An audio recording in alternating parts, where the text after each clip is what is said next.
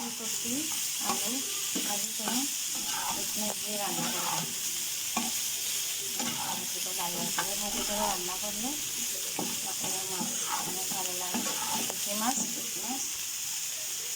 রান্না করবো। দিলে হলুদ দিয়ে ফোটানো লবণ দিয়ে আবার হলুদ লবণ মরিচ একটু জিরে গুঁড়ো দিয়ে একটু রেখে দিলাম কিছুক্ষণ। এরপর ভাজি করবো, তারপরে রান্না করবো। ফুলকপি আলুগুলো ভাজি করা হয়ে গেছে, এবার মাছ ভাজি করবো। মাছের সাথে দিচ্ছি তো ভাজি করে দিলে ভালো লাগে, অনেক আবার কাঁচাও খায়। ফুলকপি আলু কষাইয়ে জল হলে মাছগুলো একটু একটু বসাই যায়, কিন্তু আমার ভালো লাগে না। এইভাবে লাল লাল করে ভাজি করে ঝোল রান্না করলে ভালো লাগে খেতে। ছোটোবেলা থেকে আমার মা এভাবে রান্না করতে দেখতাম, এখন আমি এভাবে রান্না করি। আমাদের বাঙালিরা আমাদের এখানে প্রায় সবাই এভাবে রান্না করে তার যেরকম ভালো লাগে আর কি। মাছগুলো তরকারি দিলাম, কিন্তু লেগে যাচ্ছিল না, বুঝতেছি না এটা তো ভালো হয়ে যায়, সেগুলো বুঝতেছি না। তারপর আলু ভেজে করলাম, এটা এমনি ভালো, তারপরে কিন্তু সমস্যা করছে না। এটার একটু আমার জন্য দুটো পাল্টে ভাজি করে নুন দিয়ে সকালে নাস্তা করতে এমনি রুটি দিয়ে নিয়ে রুটি বানাইছিল।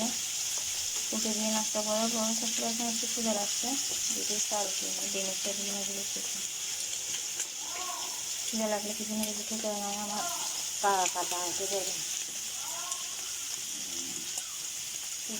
স্কুলে গেছে, আজকে একটু তেমন কিছু নাস্তা করতে পারিনি, একটু রুটি খেয়ে গেছে। ডিমছে নগরীতে মাছের সাথে দিব, একটু ভালো করে ভাজা ভাজা করে নিচ্ছি। নগরীটা পেয়েছি নিয়েছিলাম আমি, অনেক ভালো করছে।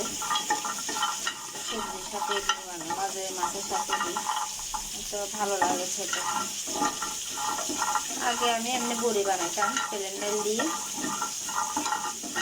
কিন্তু এখন হাতের সমস্যা, এই জন্য কি বানাতে পারি না। আসলে বড়ি বানানোর তো অনেক সাটাতে হয়, কষ্ট হয়, যে কষ্টসাধ্য, কিন্তু হয় না, বানাতে পারি না।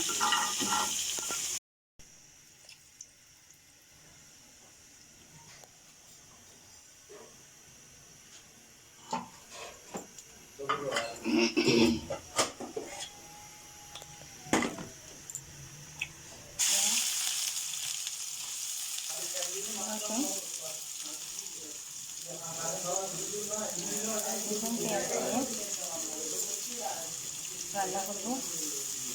আসলে আমরা যারা ভিডিও করি অনেক কষ্ট করে সব কিছু রেডি করে কাছে নিয়ে তারপরে ভিডিও করতে হয়।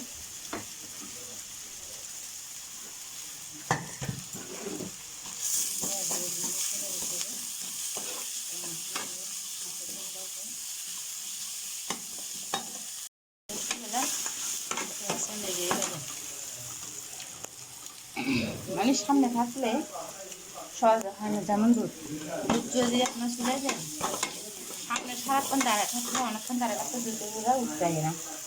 একটু যদি এদিকে ওদিকে হয় বা ধরে এরপর দুধগুলো উঠতে পড়ে যাবে। আমি ওদিকে একটু করে গেলাম, লেগে গেছে, এমন সমস্যা।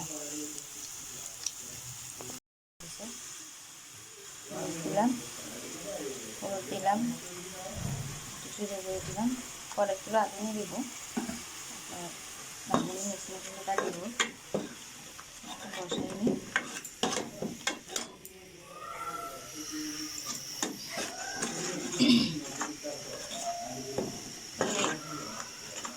আজকে অনেক দিন ধরে এই আছি, শুধু অনেক অনেকের পেজে লাইক শেয়ার আপনার কমেন্ট করতে করতে আমি হাত পুরো ব্যথা, কিন্তু কবে যে আপনার মোবাইলে ভিউজ পারবে আপনি সেটা নিজেও জানি না। কষ্ট ফেসবুকে কাজ করতে আসলে সারাক্ষণ মোবাইলে লেগে থাকতে হয়। ঘরে কাজ আছে, ছেলে মেয়ে 3টা আছে, ওদের পিছনে দৌড়াতে হয়, রান্না বান্না করতে হয়। আবার এগুলো করা নিয়ে মানে অনেক টেনশন হয়ে যায় আমার। তারপরও এটা আসলে শখের বশে করতেছি। অনেক কিছু মন্তব্য করে, অনেক কিছু মনে করে, আমি আসলে ওগুলো এখন কেয়ার করি না। কে কী বললো না বললো ওগুলো আমি এখন গায়ে মাখি না। আমি আমার মতো যা ভালো লাগে রান্না করি। প্রতিদিনে রান্নাগুলোই খাই, যা রান্না করি তা যা নাস্তা খাই যা করি ওগুলো থাকতেছি। যার ইচ্ছে হবে দেখবে, যার ইচ্ছে হবে দেখবে না। যার থেকে আমাকে ভালো লাগে, আমার ভিডিও ভালো লাগে, সে দেখবে, লাইক করবে, শেয়ার করবে।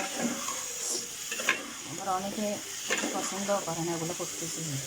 মনে মনে অনেক কী বলবো, সবাই তো বুঝতেছেন।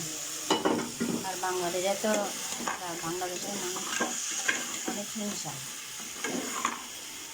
সে আছে হিংসা, তবে আমাদের এখানে একটু বেশি।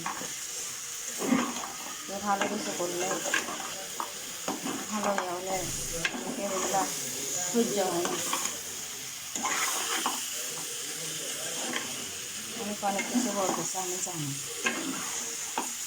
আবার অনেকে দেখেও না দেখার মতন আপনার চলে লাইক তো করে না, দিবেও না, লাইক আপনার লাইকগুলোকে দিবেই না, আরও বিভিন্ন মন্তব্য করে।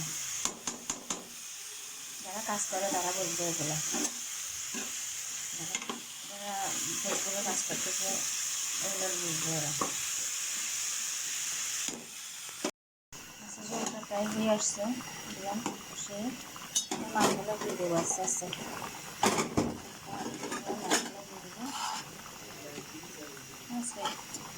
মাথাটাও করেছে, সকাল থেকে অনেক রকম যায় দৌড়াদৌড়ি।